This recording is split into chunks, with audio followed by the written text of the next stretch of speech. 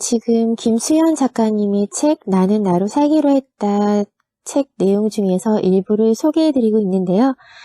1부에서는 파트 3까지 일부 내용을 마음에 드는 부분을 소개했고요. 이제 파트 4 서로에게 최소한의 예의를 보일 것. 실종된 후 사체로 돌아온 한 남자에 관한 이야기가 뉴스와 인터넷을 뜨겁게 달군 적이 있다.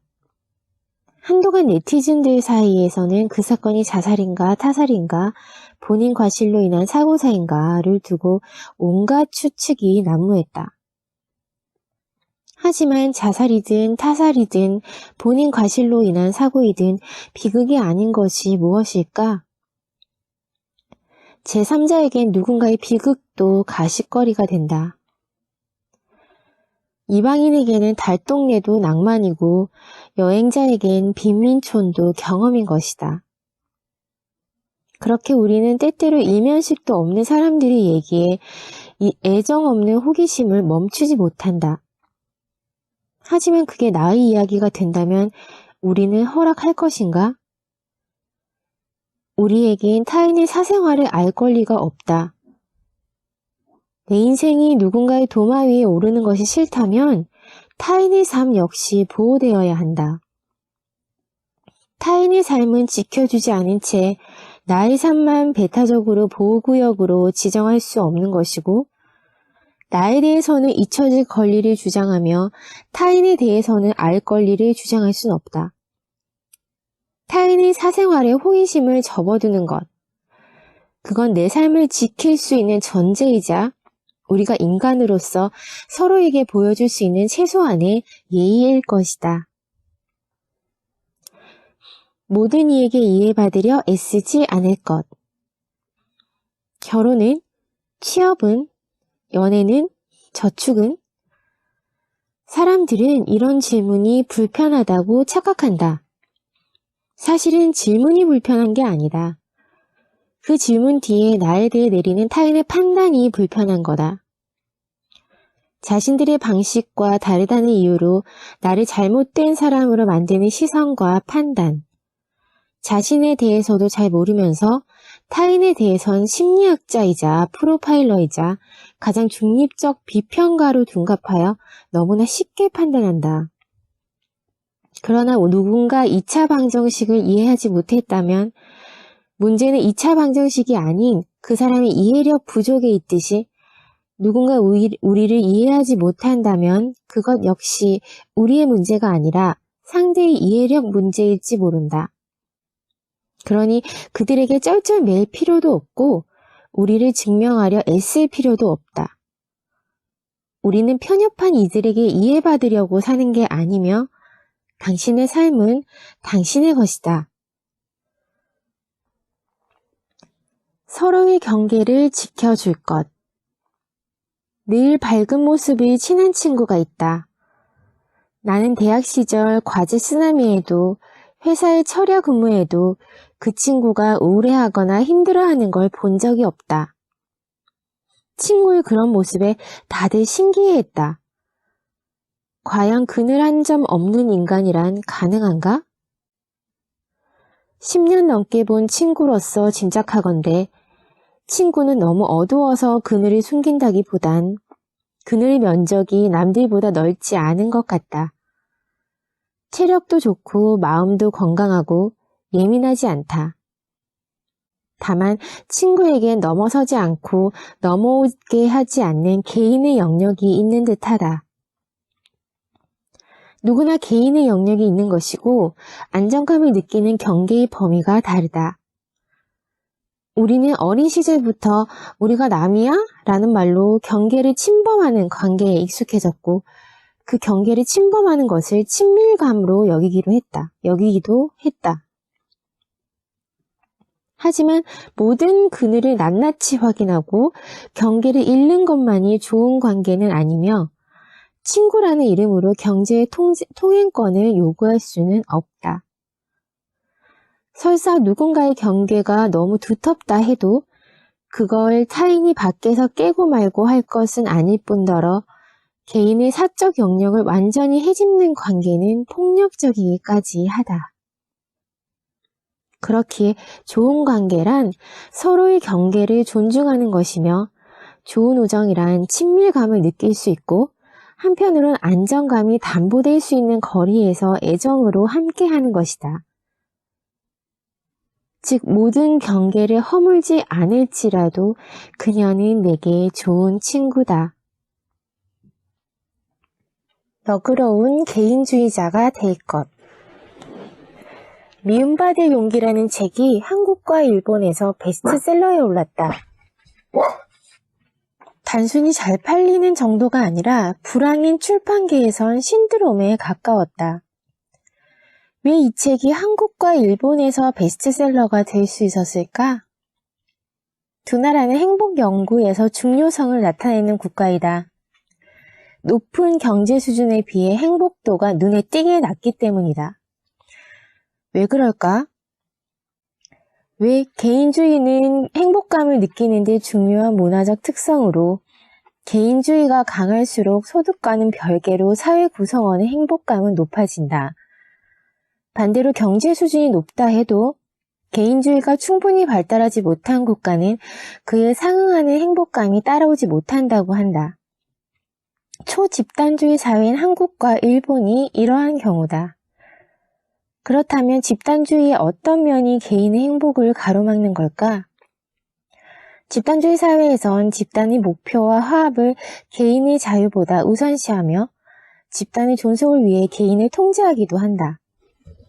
그것만으로도 꽤 지치는 일인데 더 큰 문제는 통제의 수단에 있다. 사회가 개인을 통제하는 수단으로 개인주의 사회가 주로 개인의 죄책감을 사용한다면 집단주의 사회는 주로 수치심을 사용한다. 죄책감이 스스로에 대한 부끄러움이라면 수치심은 타인을 통해 바라본 자신에 대한 부끄러움이다. 그래서 우리는 서로를 통제하며 끊임없이 타인을 의식하도록 요구받는다. 역지사지라는 가르침 속에 타인의 시선에서 자신의 행동을 점검하고 그 결과 보란듯이 잘 살겠다. 남 부끄럽지 않게 살고 싶다. 같은 쓸데없는 말을 하는 거다. 이 과도한 타인의식은 마음에 CCTV를 설치하는 일이라서 누군가 나를 지켜보고 있다는 생각에 우리는 긴장되고 불안하다. 그렇기에 한국과 일본에서 미움받을 용기라는 책이 신드롬에 가깝게 팔려나갔다는 건 그만큼 타인의 시선을 두려워하며 살아간다는 방증이자 집단주의에 살고 있는 우리의 피로도를 보여준 것이다. 우리가 집단주의 사회가 된 이유는 공동노동이 필요했던 농경사회의 영향을 받았다는 추론이 지배적이다. 하지만 이젠 다 같이 모여서 벼농사를 짓고 살 것도 아니지 않나? 우리에게 미움받을 용기보다 더 필요한 건 너그러운 개인주의다. 무조건 물 건너온 서양 것이 좋다는 게 아니라 지금의 집단주의 문화는 득보다 실이 많기 때문이다.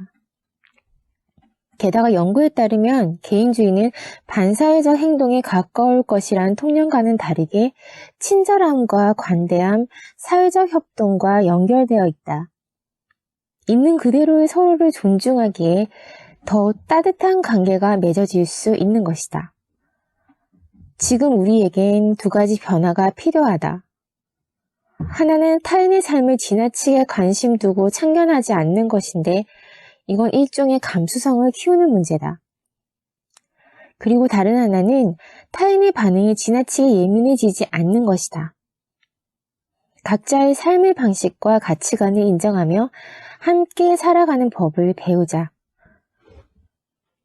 나와 당신이 조금 더 행복하기 위하여 나에게도 타인에게도 혜자스러움을.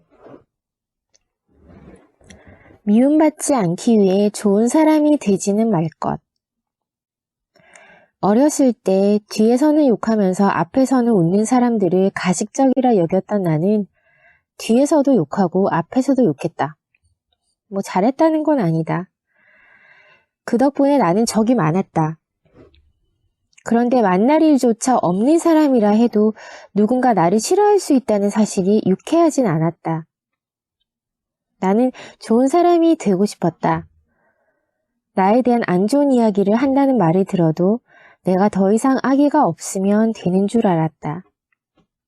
그러나 내 생각과는 다르게 나는 좋은 사람이 아니라 하고 싶은 말 한마디 하지 못하는 사람이 되어버렸다. 그렇다면 나는 왜 좋은 사람이어야 하는가? 물론 나는 여전히 좋은 사람이고 싶다. 나 자신에게, 내 소중한 사람들에게, 내 도움이 필요한 사람들에게. 하지만 자기가 뭐라도 된 듯이 나를 함부로 평가하는 이에게 좋은 사람이 되려 애쓰는 건 자신에 대한 정당방위 기능마저 상실할 뿐이다. 나는 대등한 존재일 뿐 약자가 아니며 누군가 나를 싫어한다 해도 그 사실이 나의 삶을 훼손하는 것은 아니다. 그러니 나는 더 이상 미움받지 않기 위해 좋은 사람이 되려 애쓰지는 않을 것이다. 타인에게 상처 주지 않는 것은 중요한 미덕이지만 스스로를 지켜내는 건 스스로에 대한 책임이자 권리이다. 모든 사람과 잘 지내려 욕심내지 말 것. 어딜 가나 친절한 사람을 난처하게 만드는 사람들이 있다. 그래서 때때로 친절에 브레이크를 걸어야 한다. 상대가 불편해할지라도 때론 나의 요구를 이야기해야 하고 거절을 해야 하며 단호하고 깐깐하게 굴기도 해야 한다. 물론 그게 쉬운 일은 아니라서 나 역시 종종 고민을 한다. 상대에게 내가 계속 좋은 사람으로 남아도 될 것인가? 나의 불편함의 크기는 용인할 수 있을 정도인가? 그런데 만약 좋은 사람으로 남았을 때 자신이 감당해야 할 불편함과 손해가 크다면 기꺼이 깐깐한 사람이 되는 편이 낫다. 계산적인 사람이 되는 것과 자신의 정당한 몫을 지키는 건 전혀 다른 문제다. 게다가 내가 애써 지킬 만큼 상대가 좋은 사람이라면 나의 요구와 거절을 이해해 줄 것이고 나의 요구와 거절에 쉽게 빈정이 상하는 사람이라면 나도 그 관계를 지키려고 애써서 노력할 필요가 없다. 우리는 타인의 목을 넘보지는 말아야겠지만 자신의 몫은 지켜야 한다. 그렇기에 모든 사람과 잘 지낼 수는 없다. 미안하지만 우리의 1순위는 언제나 우리 자신이다. 일상에서 승패를 나누지 않을 것. 대학교 OT 때 동기 여자아이와 대화를 나눴다. 그 아이는 서울에 있는 한 미술고 출신이었는데 우리 과엔 그 학교 출신이 몇 명 있었다. 그게 신기했던 나는 A랑 B랑 동창이라며 같이 와서 좋겠다. 아니, 별로 안 친했어. 응? 왜? 다 경쟁자잖아. 물론 지금도 그 친구가 약간은 오버했다는 생각이야 있지만 그때는 내가 잘 몰랐을 뿐 우리 삶의 경쟁적 인간관계는 이미 깊숙하게 들어와 있었다. 나 역시 학창시절에 성적을 올리는 비결이라는 글을 읽은 적이 있다. 그 비결이라는 건 라이벌을 만들어서 그 사람을 떠올리며 공부하라는 것. 그래서 나도 한 친구를 라이벌로 생각하기로 했는데 얼마 가진 못했다. 어차피 전국에 나보다 공부 잘하는 사람은 수두룩한데 이 한 명을 이기는 게 어떤 의미가 있는지 알 수 없었기 때문이다. 그런데 나는 받아들이지 않아서 다행이라 쳐도 얼마나 많은 아이들이 그 글을 읽고 라이벌을 만들었을까? 우정의 기초와 세상에 대한 신뢰를 다져야 했던 그 시절. 우리는 더 좋은 대학, 더 높은 성적을 위해 경쟁적 대인관계를 독려받았다. 그건 타인을 신뢰하는 대상이 아닌 경쟁하는 대상으로 바라보게 했고 우리의 공동체 의식을 말살시키며 사람과 세상에 대한 신뢰를 훼손시켰다. 그래서 우리 사회는 초집단주의 사회임에도 OECD의 공동체 지수도 사회적 관계도 모두 꼴찌를 차지했다. 개인주의가 뿌리내린 서구 사회보다도 공동체가 훨씬 빈약하다는 것이다. 그 의미는 여전히 강력하게 남아있는 집단주의 문화 속에서 타인의 시선에 맞춰 행동하지만 그 시선에 어떤 신뢰나 유대는 없다는 뜻이다. 관계 속에서 질식할 것 같으면서도 고독한 낱개의 개인들만 남는 것. 그 사실이 우리를 힘겹게 한다. 그럼 이렇게까지 하며 우리가 얻는 것은 무엇일까? 경쟁적 인간관계는 파워풀한 경쟁력을 가지게 했을까? 나는 동의하지 않는다. 예를 들어 소설가 한강이 줄리언 반스나 하루키를 경쟁자로 여기고 이를 갈며 채식주의자를 써서 맨부커상을 받은 것이 아니기 때문이다. 만약 인간관계에서 한 톨이라도 손해를 참을 수 없게 되었다면, 사촌이 부동산을 알아보는 순간부터 아랫배가 아프기 시작했다면, 쉴 새 없이 승패를 나누고 있다면, 나도 모르게 경쟁적인 인간관계에 익숙해졌는지 모른다. 하지만 경쟁심은 우리를 녹초로 만들고 긴장하게 할 뿐, 경쟁심이 경쟁력을 만들어주진 않는다. 나 아닌 모두를 경쟁자로 여기며 자신을 달달 볶을 시간에 진짜 나의 일과 나의 세계를 만들어야 한다. 그리고 한 걸음 더 나아가 타인에 대한 신뢰를 회복하고 서로의 순위를 매기지 않는 공동체를 찾자. 그 안전한 울타리 안에서 자신의 세계를 다질 때 당신이 가진 힘과 가능성은 더욱 선명해질 것이다. 파트 5 중에서 또 몇 가지만 소개해 드릴게요. 스스로를 비난하지 말 것. 한 예능 프로그램에서 방청객을 인터뷰하는데 청소년인 아들이 엄마에게 엄마, 내가 나중에 벤츠 사줄게 라는 말을 했다. 그 말에 엄마는 아들을 흐뭇하게 바라봤다. 물론 기특한 마음이다. 그런데 나는 좀 이상한 사람인지 어딘가 씁쓸했다. 미안한 이야기지만 그 아이는 엄마에게 벤츠를 사주지 못할 가능성이 크기 때문이다. 그 아이가 부족해서가 아니라 정말 특수한 경우가 아닌 이상 그렇다는 거다. 탯줄을 끊는 순간 돈줄이 연결된다는 말처럼 아이가 태어나는 순간부터 부모는 자식에게 많은 양육비를 쓴다. 치열한 경쟁을 뚫기 위해 높은 교육비도 부담한다. 대학에 가면 수천만 원의 등록금을 내야 하고 자취라도 했다간 집세와 생활비로 매달 몇십만 원씩 부담해야 한다. 물론 형편에 따라 차이는 있겠지만 자식들은 사회에 발을 내딛기 전까지 부모에게 엄청난 빚을 지는 것이다. 그래서 커서 벤츠를 사주겠다는 이야기를 한다. 부모님의 등골 브레이커가 됐으니 벤츠 정도는 사줘야 이 빚을 갚을 수 있을 것 같아서. 그런데 문제는 빚을 갚는 게 쉽지 않다는 데 있다. 취업이 어렵다. 사회 진출이 자꾸 유예된다.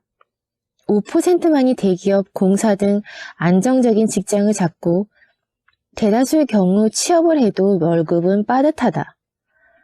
그 월급을 가지고 결혼이라도 해서 신혼집을 장만할라 치면 은행에 빚을 지거나 부모에게 또다시 손을 벌려야 한다. 그 후 자식을 낳으면 나의 부모가 그랬듯 높은 교육비와 양육비를 지불해야 하니 이 사이클로는 부모님께 벤츠를 사줄 날은 오지 않는다. 이 과정에서 우리는 어떤 잘못도 하지 않았다. 그럼에도 우리는 존재한다는 이유로, 평범한 삶을 산다는 이유로 얼마나 많은 경제적, 정서적 빚을 안고 살아가야 하는가? 진짜 문제는 높은 양육비와 교육비, 등록금, 주거비, 그리고 이를 감당할 질 좋은 일자리의 부족이지 우리들의 일방적 잘못이 아니다. 사회에 발을 내딛기도 전에 빚을 잔뜩 안기는 사회, 그리고 그 빚을 갚을 방법은 내놓지 않는 사회에서 개인은 자신의 부족함을 탓하며 죄책감과 부채감에 시달린다. 만약 당신도 죄책감과 부채감에 시달려야 했다면 적어도 왜 빚쟁이가 됐는지는 알아야 한다. 그 사실이 빚을 탕감해주진 않더라도 적어도 스스로를 비난해서는 안 된다. 우리가 잘못 산 게 아니다.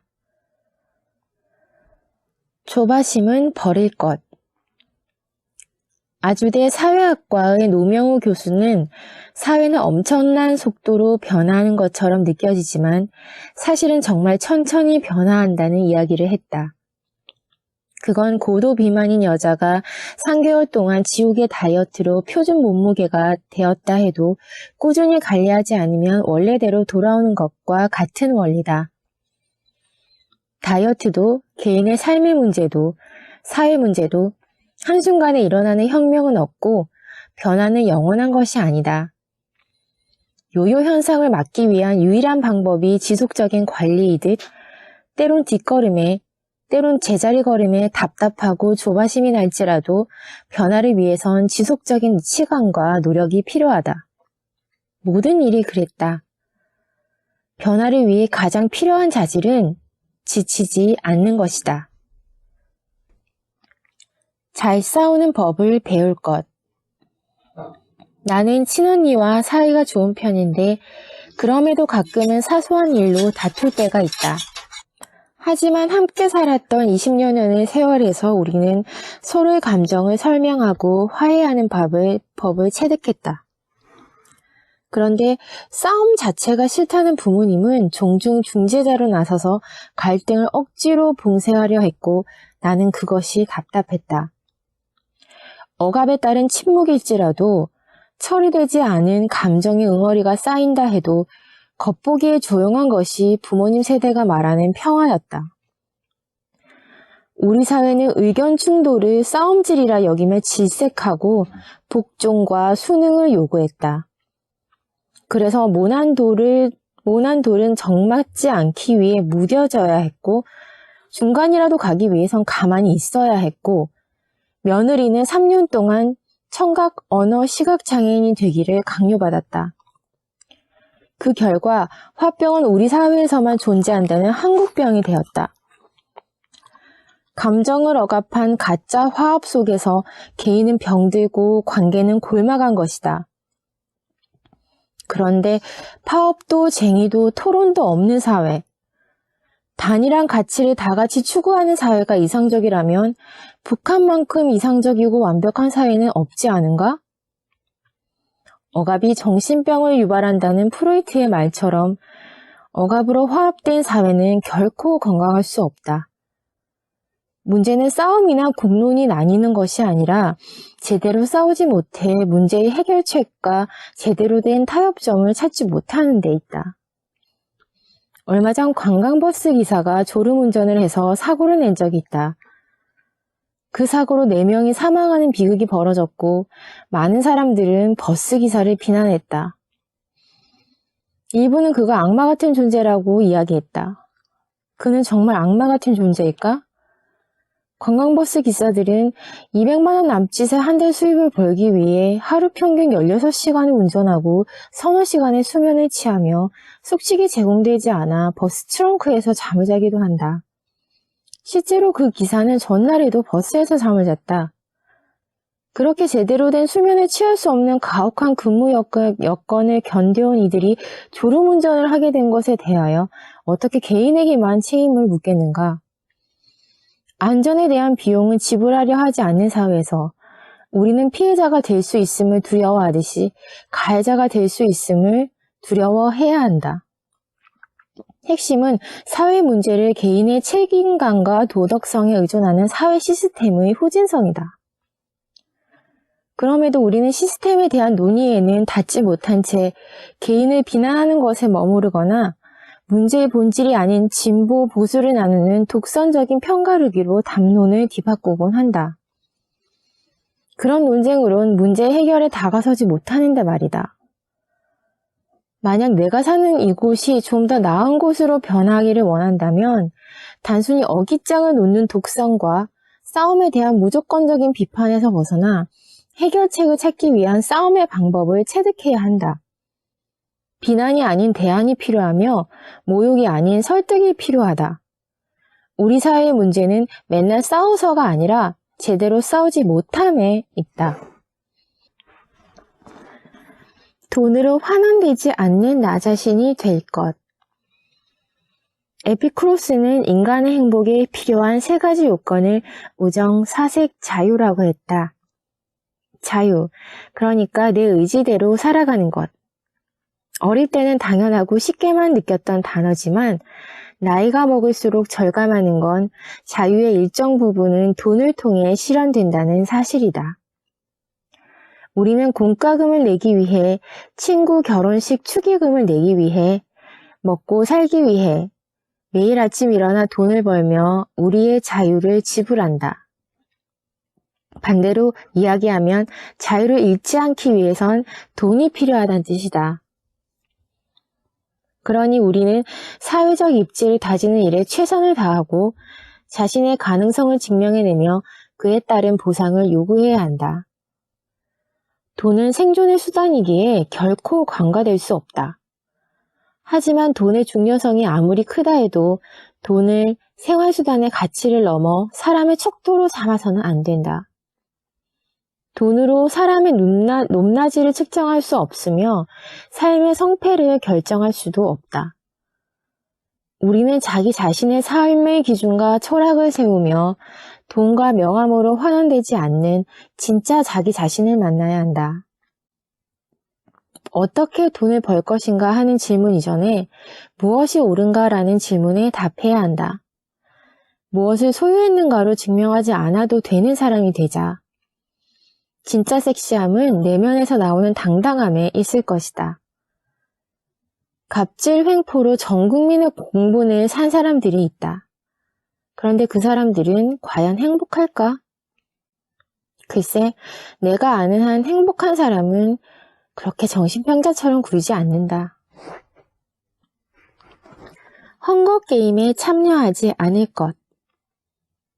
얼마 전 헐리우드 남자 배우와 유모의 불륜 스캔들이 기사로 뜨자 누리꾼의 반응은 사실이 아닐 거란 쪽으로 모아졌다.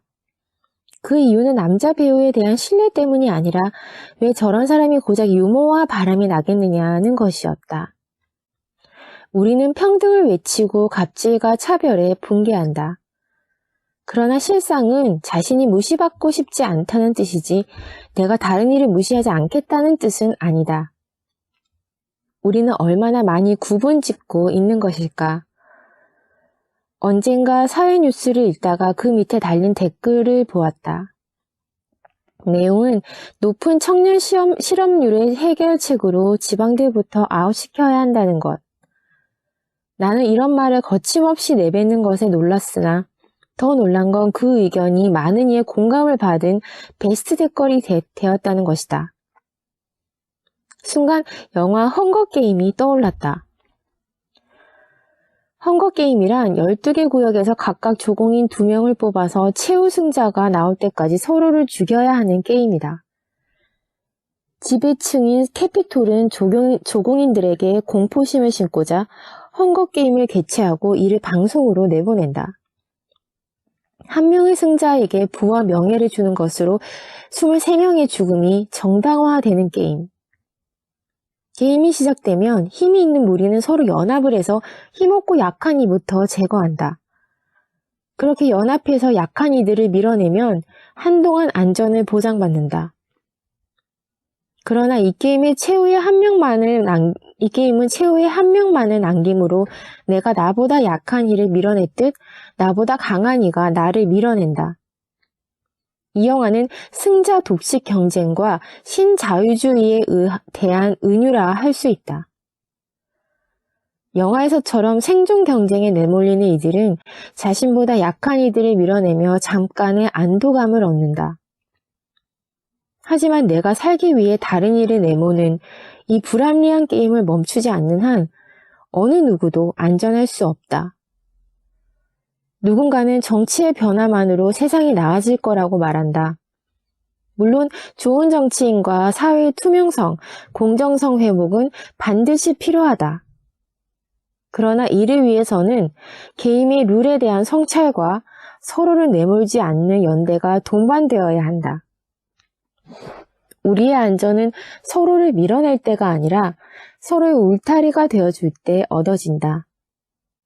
그러니 은근한 차별과 밀어내기 경쟁을 중단하자. 이 잔인한 게임을 멈추지 않는 한 다음 차례는 나 자신이 될 것이다. 방황하는 어른이 될 것. 영화 죽은 시인의 사회에는 닐이라는 인물이 등장한다. 엄격한 아버지에게 의사가 되어야 한다는 강요를 받으며 자라온 닐은 우연히 셰익스피어의 연극 한여름밤의 꿈 주연을 맡는다. 자신의 자질과 능력을 발휘하며 어느 때보다 행복한 날을 보내고 있는 닐에게 아버지는 당장 그만둘 것을 명령하며 전학을 시키겠다고 엄포를 놓는다. 연극을 하고 싶었던 닐은 아버지의 강요에 반항하려 하지만 닐의 시선에 어머니의 모습이 들어오자 반항을 포기하고 입을 닫는다. 어머니의 모습이 너무 절박하고 애처로웠던 것이다. 닐의 표정에는 무력감과 절망감이 비친다. 그리고 그날 밤 닐은 아버지의 총으로 스스로 목숨을 끊는다. 주어진 삶은 견딜 수 없고 자신이 원하는 삶은 도저히 살 수 없을 때 사람은 절망하는 것이다. 김현철 정신과 의사는 헝가리, 일본, 우리나라의 공통점으로 방황이 허락되지 않는 사회를 이야기했다. 그리고 이 세 나라에는 한 가지 공통점이 더 있는데 바로 높은 자살률이다. 우리나라에서 방황은 인생을 망치는 지름길이자 금기에 가깝다. 오죽하면 방황 청소년이라는 말까지 있을까? 대학 진학, 취업, 결혼, 출산, 내 집 마련 등 일련의 과정을 정년기라는 데드라인에 맞춰 완수해야 하고 이를 위해선 잠깐의 방황조차 용납하지 않는다. 그러지 못했다간 실망하는 부모님과 실패자로 규정짓는 수군거림과 사회적 고립에 대한 두려움을 피하기 어렵다. 그 결과 우리나라는 자살률 최고, 출산율 최저라는 두 가지 지표를 갖게 되었다. 이 지표의 공통점은 생존과 번식이라는 인간의 가장 기본적인 본능마저 포기한다는 것. 그만큼 우리가 이곳을 살만하다고 여기지 못하는 것이다. 주어진 과업을 빠짐없이 수행했는지를 개인의 평가 기준으로 삼는 사회. 그 안에서 잠깐의 정체라도 있으면 개인은 초조해지고 숨이 막힌다. 지금보다 어려운 시절이 있었고 우리보다 더 못 사는 나라도 있으니 힘들어하는 건 엄살이라고 외치는 사람들도 있지만 경제적 지표의 절대적 어려움이 아니라 사회의 모순됨에 우리는 날이 서고 힘겹다. 사람을 불행하게 하는 두려움의 실체는 가난이 아니라 사회로부터 존중받지 못하는 비참함과 고립감이다. 그래서 사람들은 종종 이곳을 헬조선이라 부른다. 다들 지옥에서 사는 듯 불행하니까. 우리는 행복할 수 없는 걸까? 많은 이들은 높은 행복도를 보이는 북유럽 국가를 이상적으로 생각한다. 그런데 레오 보만스에 따르면 북유럽 국가들의 높은 행복감은 높은 소득이나 복지 시스템의 결과가 아니라 넘치는 자유, 타인에 대한 신뢰, 다양한 재능과 관심에 대한 존중에 있다고 한다. 그리고 우리는 지금 그 반대 지점에 있다. 자유의 박탈, 획일적인 삶의 강요, 타인에 대한 불신. 만약 어떤 삶을 살아도 있는 그대로의 나로서 존중받을 수 있다는 믿음이 있다면 우리는 얼마나 자유로울까?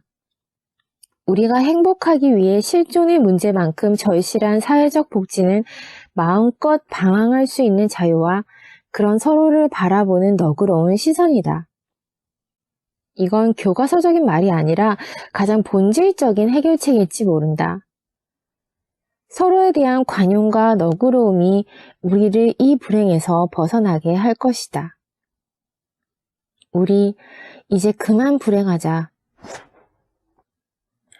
파트 6. 행복을 삶의 목적이라 부르지 않을 것. 따지고 보면 문제의 시작은 아리스토텔레스였다. 아리스토텔레스가 삶의 목표를 행복이라 규정한 이후로 사람들은 행복이라는 감정의 유토피아를 삶의 목적이라 믿게 되었다. 하지만 사람은 행복하려고 태어난 낭만적 존재는 아니다.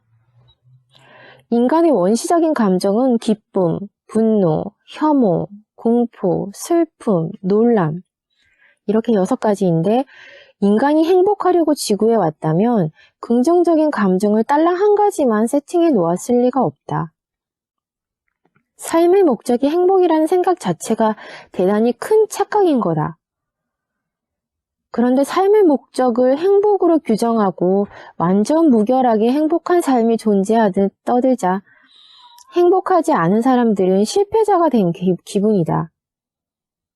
그래서 사람들은 우울함을 감추기 위해 애쓰고 슬픔은 어떻게 해서든 억눌러야 한다고 생각한다. 하지만 삶에 우울함과 슬픔이 있는 것은 자연스러운 일 아닌가?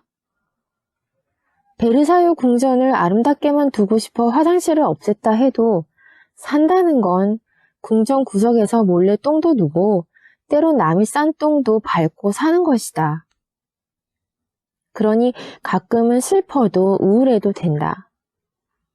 그 시간이 없다면 행복이 무엇인지 우리가 어떻게 알 수 있겠는가? 물론 우리는 행복을 위해 노력해야 하고 나 역시 당신의 행복을 빈다. 하지만 몇 번을 묻는다 해도 삶의 목적은 언제나 삶 그 자체뿐이다. 가볍게 살아갈 것. 내 첫 여행은 한 달 일정의 배낭여행이었는데 혼자 하는 여행에 불안했던 나는 짐들을 잔뜩 챙겼다. 책만 3권에 고데기도 2종류를 챙겼으니 짐을 쌀 때 미쳤던 게 틀림없다. 2개의 가방을 낑낑 쥐고 다녔던 나는 여행이 일주일 남았을 때 완전히 지쳐버렸다. 모든 상황이 지긋지긋했고 무거운 짐을 지고 다니는 내 자신에 신물이 났다. 다음 여행지로 가기 위해 공항 의자에 앉아있던 나는 가방을 풀고 필요한 물건만 남긴 뒤 짐 절반은 쓰레기통에 버려버렸다. 그렇게 절반의 짐을 버리며 불편하지 않을까 하는 걱정도 들었지만 여행의 발걸음은 한결 가벼워졌다. 여행 중에 만났던 지인은 1년 반 넘게 여행 중이었는데 그가 가진 짐이라곤 배낭 하나가 전부였다. 그는 최소한의 짐만을 챙겼고 필요한 것이 있으면 그때그때 구입했다. 우리는 삶이 불안하다며 너무 많은 짐을 챙기지만 사실 그렇게 많은 짐이 필요하진 않다. 필요할 때 충당할 수도 있고 약간의 불편함을 감수하는 쪽이 이득일 수도 있다. 삶이란 오랜 여정이다. 최대한 가볍게 살아야 지치지 않는다. 그러니 삶을 조금 더 가볍게 하고 싶다면 불안한 마음에 버리지 못했던 것들을 다시 한번 마주하고 그것들을 덜어내는 용기를 갖자. 여행 내내 한 번도 꺼내지 않았던 짐과 아직 일어나지도 않은 일에 대한 걱정과 삶을 무겁게 만드는 불필요한 욕구와 잘못한 것 없는 부끄러움과 지치게만 하는 과잉된 관계, 이 모든 것에 대한 최후 통첩, 그 포기가 우리를 자유롭게 할 것이다. 자유롭게 살고 싶거든 없어도 살 수 있는 것들을 멀리 하라. 톨스토이. 다들 알아서 행복할 것.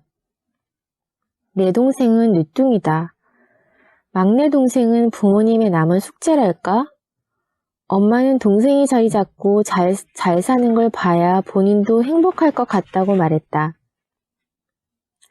부모 마음이 다 그렇다 할지라도 나는 안타까운 마음이 들었다. 나는 엄마가 행복했으면 좋겠는데. 엄마가 행복해지기 위해선 동생이 행복해야 한다. 그 말은 엄마의 행복이 자신의 통제권 밖에 있다는 뜻이다. 그건 자기 행복의 결정권을 문 밖에 두고 누군가 초인종을 눌러주기를 기다리는 일이다. 그리고 그 결과 부모는 자식이 행복하지 않은 것에 근심을 느끼고 자식은 부모가 행복하지 않는 것에 채무를 느낀다.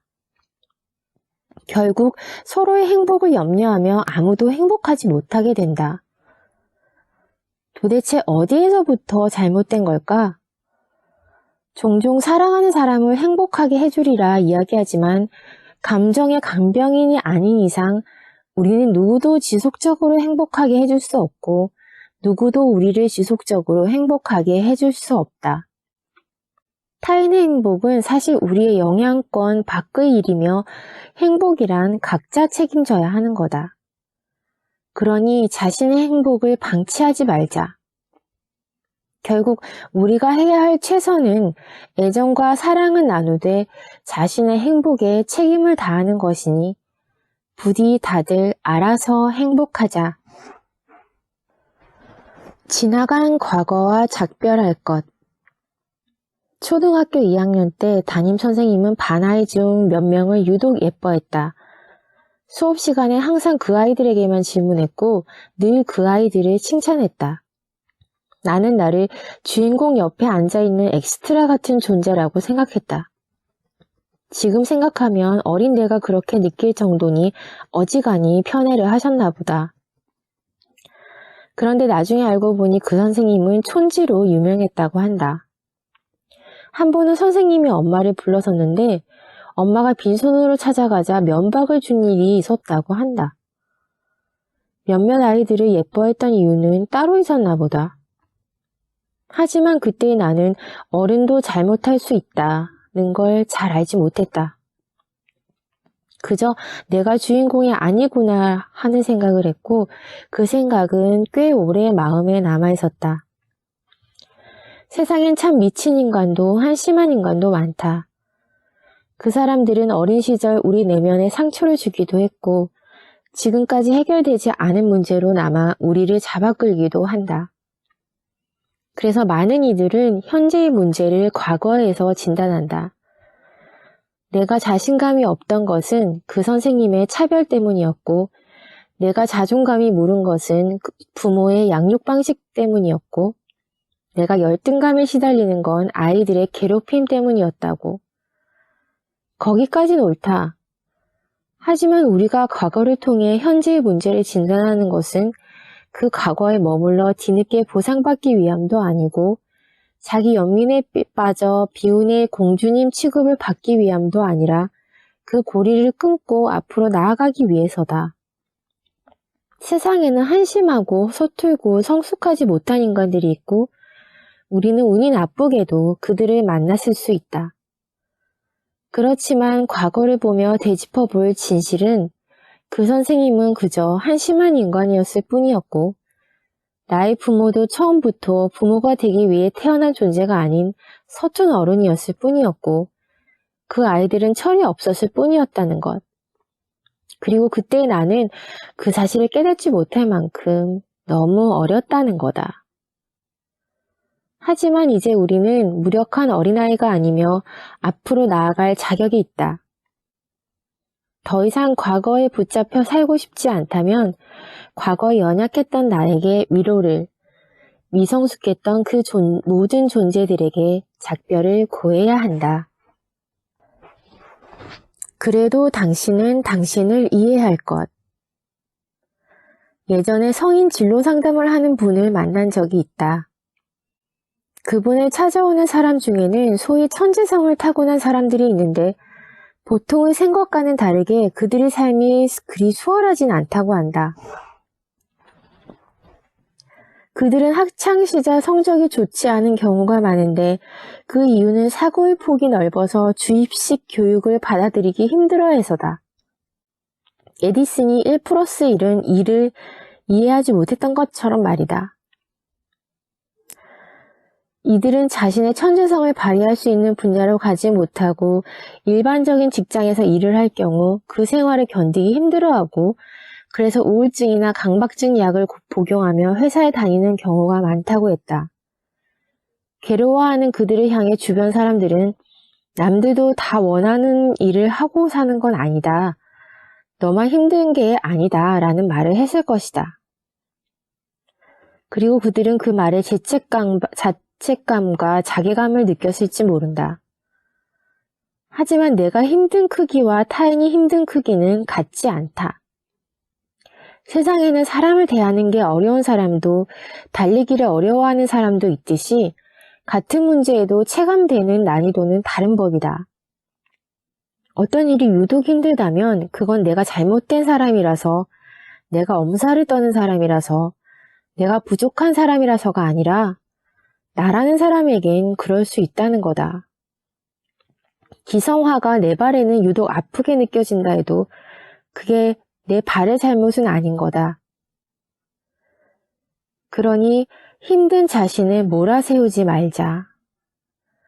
그들을 비극으로 이끈 건 그들조차도 힘든 자신을 이해하지 못한 데 있었다. 자신을 이해한다는 것은 자기 연민에 빠져 스스로를 동정하거나 자신의 잘못은 아무것도 없다고 말하는 게 아니다. 이는 자신을 학대하는 자기 비판과 불필요한 자책감을 중단하고 있는 그대로의 자신을 받아들이는 것이다. 그러기 위해 우리에게 필요한 건 자신에 대한 이해력과 자신에게 맞는 삶의 방식을 선택하고 존중하는 것이다. 때론 이해받지 못함이 서글플지라도 적어도 자신은 스스로를 이해해야 한다. 여기까지가 책의 일부를 소개해드린 거였고요. 작가의 에필로그. 어른이 되어보니 세상은 냉담한 곳이었다. 부조리가 넘쳐났고 사람들은 불필요할 정도로 서로에게 선을 긋고 평범한 이들조차 기회가 있으면 차별과 멸시를 즐겼다. 돈을 벌기 위해 감정을 모른 척해야 했고 사회의 헐거운 안전망에 늘 불안감을 느껴야 했다. 나는 이 냉담한 세상에서 초라해지고 싶지 않았으며 냉담한 누군가로 변해가고 싶지도 않았다. 그렇다면 어떻게 살아가야 하는 걸까 생각했다. 그래서 나는 많은 질문을 했다. 무엇을 부끄러워하며 살아야 하는가에 대하여. 나의 내면 가장 밑바닥에 있는 열등감은 무엇인가에 대하여. 차별과 모욕을 얻을 수 있는 건 무엇인가에 대하여. 왜 이렇게 많은 사람들이 불행에 허우적거려야 하는가에 대하여. 그 답을 따라가며 한 개인의 불행과 불안은 내면에서 발생하는 화학작용이 아닌 많은 부분 사회와 타인과 관계 속에서 일어났다는 결론에 닿았다. 먹고 사는 일에 대한 불안 외에도 타인에 대한 불신, 모욕, 경쟁적 인간관계, 차별은 공기 중으로 흩어져서 숨 쉴 때마다 우리에게 스며들었다. 그 결과 우리는 불필요한 일에 부끄러움을 느껴야 했고 모욕에 주눅들어야 했고 무시당하지 않기 위해 나를 세우며 경계해야 했다. 그 긴장 속에서 아무 문제 없는 자신을 탓하느라 실존의 문제를 해결하기도 전에 탈진해 가는 거다. 나는 책을 통해 그럴 필요 없다고 말하고 싶었다. 불신 속에서 고독하고 외롭게 남아있는 누군가에게 그대는 당당해도 된다는 응원이자 여전히 인간적인 삶을 갈망하는 누군가가 있다는 신호이고 싶었다. 냉담한 세상에서 인간성을 잃지 않고 살아가기 위하여 우리는 자기 자신에게 조금 더 주의를 기울여야 하고 부당함과 모욕과 불안에 당당하게 맞서야 한다. 그리고 나와 타인을 위해 더 나은 사회를 위해 자신의 몫을 해야 한다. 보통의 존재가 내가 아닌 것을 시기하지 않으며 차가운 시선을 견디고 있는 그대로의 나로서 살아가기 위하여 당신이 조금은 자유로워졌기를 바란다. 우리에게 건투를 빈다. 여기까지가 책에 대한 소개였고요. 이 책의 내용을 보면 책의 모든 한마디 한마디가 사실 정말 너무나 당연한 말들이에요. 그럼에도 불구하고 사람들의 가슴속에 이게 굉장히 크게 와닿았던 건 아무래도 우리가 이렇게 살고 있지 못하기 때문에 즉 보통인 사람들 99.999%의 사람들이 아마도 나는 나대로, 나답게, 나로서 살아가고 있지 못하기 때문에 이 책이 정말 이슈를 일으킨 책이 아닐까 합니다. 보통의 사람들인 우리들에게 정말 많은 공감을 불러일으킬 책이라고 보고요. 마지막으로 출판사의 서평을 안내하며 마무리할게요. 출판사는 마음의 숲인데요. 출판사 이름도 이 책과 너무 닮아있지 않나요? 마음의 숲. 출판사 서평. 누구도 흉내내지 않고 누구도 부러워하지 않는 나를 인정하고 사랑하는 방법을 말하다. 아무런 잘못 없이 스스로를 지책해야 했던 나와 닮은 누군가에게 전하고 싶다. 우린 잘못이 없다고. 나로서 당당하게 살아가도 된다고 말이다. 본문 중에서. 이 책은 사회심리학을 편한 에세이로 풀어내고 싶었다는 작가의 말처럼 생각할 거리를 던져주는 그림 에세이다. 작가는 거칠고 냉혹한 세상에서 나를 지켜내며 타인과 함께 살아가는 방법을 이야기했다. 이 안에는 작가의 실제 이야기, 친구의 이야기, 친구의 친구의 이야기, 친구의 직장 동료의 이야기, 친구의 직장 동료의 가족의 이야기, 우리 가까이에 있는 모든 평범한 사람들의 이야기가 담겨 있다. 아직도 적성을 찾아 고민하는 청년, 엘리베이터 안에서 우는 아이를 달래는 엄마, 자꾸만 무리한 부탁을 하는 지인, 행복의 가치를 금수저와 흙수저로 나누는 사람들에 대한 이야기를 통해 우리가 사는 이 사회를 보여준다.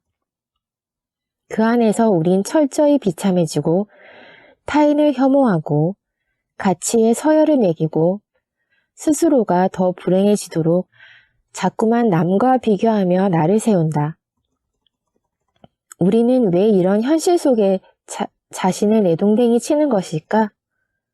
작가는 우리가 왜 부끄러워하며 살아가야 하는지, 우리 내면 가장 밑바닥에 있는 열등감은 무엇인지, 차별과 모욕으로 우리가 얻는 것은 무엇이며 왜 이렇게 많은 사람들이 불행해서 허우적거려야 하는지 고민했다고 한다. 그리고 이 책을 통해 우리 스스로 무언가 단단히 잘못한 사람처럼 고개 숙이고 살 필요가 없다고 말해준다. 더 당당하게 살아가도 된다고, 잘못한 것은 없다고, 고개를 들라고, 그럴 필요 없다고, 그리고 나와 타인을 위해 더 나은 사회를 위해 자신의 몫을 다 해야 한다고 조언한다. 이 책은 현재를 살아가는 보통 사람들에게 전하는 덤덤한 위로와 응원을 담고 있다. 무엇이 정답인지 알 수 없는 세상살이, 누구도 흉내내지 않고 누구도 부러워하지 않는 나를 인정하고 사랑하는 방법을 만나보자. 불친절한 세상에서 나로 살아남기 위해 눈치 보지 않고 나다울 수 있는 당신을 위해 평범하지만 아름다운 우리 보통의 존재들을 위하여 내가 아닌 모습으로 사랑받느니 차라리 있는 그대로의 내 모습으로 미움받겠다는 커트 코베인. 모두 괜찮은 척 하고 있는 건 아닐까? 사실은 괜찮지 않은데 괜찮다고 스스로 체면을 걸고 있는 건 아닐까? 애매한 나이, 애매한 경력, 애매한 실력, 애매한 어른으로 자란 우리는 모두 어른을 연기하고 있다. 그 나이면 이 정도는 해야 하고 이만큼은 해야 한다는 사회가 만든 분위기 속에서 우린 스스로를 끊임없이 채찍질하고 있는 것은 아닌가? 떨어지는 취업률과 치솟는 물가는 아직 사회에 제대로 발붙이지 못한 청년들을 불안에 떨게 하고 장년들은 노후에 대한 문제로 머리가 아프다. 모두 고민하고 모두 답답해하는 현실, 그게 지금 우리 사회다. 우리는 뒤처지지 않기 위해 쉬지 않고 달린다. 과연 지금 우리의 모습은 우리가 원하던 모습일까? 이 시대를 설명하는 대표적인 키워드로 자존감을 뽑을 수 있다. 과거에는 심리학이나 정신분석학에 관한 책들이 시대를 이야기했다면 지금은 사회가 아닌 개인에 집중한 내면의 이야기들에 주목하고 있다. 이 책은 더 나아가 남처럼 사는 법이 아닌 나로 살아가기 위한 삶의 투두리스트를 제시한다. 나처럼 사는 게 아니라 남처럼 살기 위해 애썼던 모든 사람들에게 이 책은 말한다. 나 이외에는 될 필요가 없다고. 그러니 남들처럼 살아내기 위해 원하지 않는 모습으로 살지 말라고.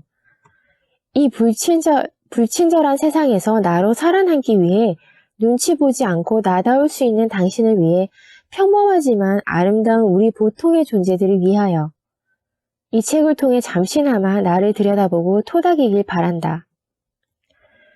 당신이 조금은 자유로워졌기를 바란다. 우리에게 건투를 빈다. 지금 우리에게 가장 필요한 것은 무엇일까? 삶은 힘들고 사람은 어렵고 시대는 위태롭다. 사는 것이 숙제로 남은 자신에게 우리는 어떤 말을 해줄 수 있을까? 다 이렇게 살고 있으니 유난 떨지 말라는 타협이 필요할까? 쥐구멍에도 볕들 날이 있다며 서로를 위로해야 할까? 그것도 아니라면 이 시대와 타인에게 분노해야 할까? 밥벌이 때문에 참는 을이 된 것에 자책하지 말자. SNS 속 타인의 삶과 나를 비교하지 말자. 그들과 내가 다르다고 함부로 평가하거나 부끄러워하지 말자. 누구나 어린 시절엔 지구를 지키는 슈퍼히어로가 되길 꿈꿨다. 슈퍼맨이 될 수 있을 줄 알았고 불의를 참지 못하는 정의로운 사람으로 살아갈 줄 알았다. 그러나 이젠 세상이 아니라 나를 구하는 것이 먼저인 평범한 어른이 되었다. 비록 어린 시절 꿈꾸던 모습의 어른은 아니지만 우리는 우리 자신을 똑바로 보고 받아들여야 한다. 사회와 타인이 바라는 모습에서 조금은 더 자유로워지기를 이 책을 통해 모든 인생의 건투를 빈다. 여기까지가 출판사 서평이었고요. 힐러브에서 소개해드리는 책들은 이런 심리 관련한 책이고요. 이번에 소개해드린 책 제목처럼 나로 살지 못하시는 분들, 나답게 나를 찾아가지 못하는 그런 분들에 대한 그런 면에 고민이 있으시면 댓글로 남겨주시면 제가 답글로 상담을 해드리거든요. 그러니까 그런 문제나 그런 고민이 있으신 분들은 주저없이 댓글을 남겨주시면 되겠습니다. 감사합니다.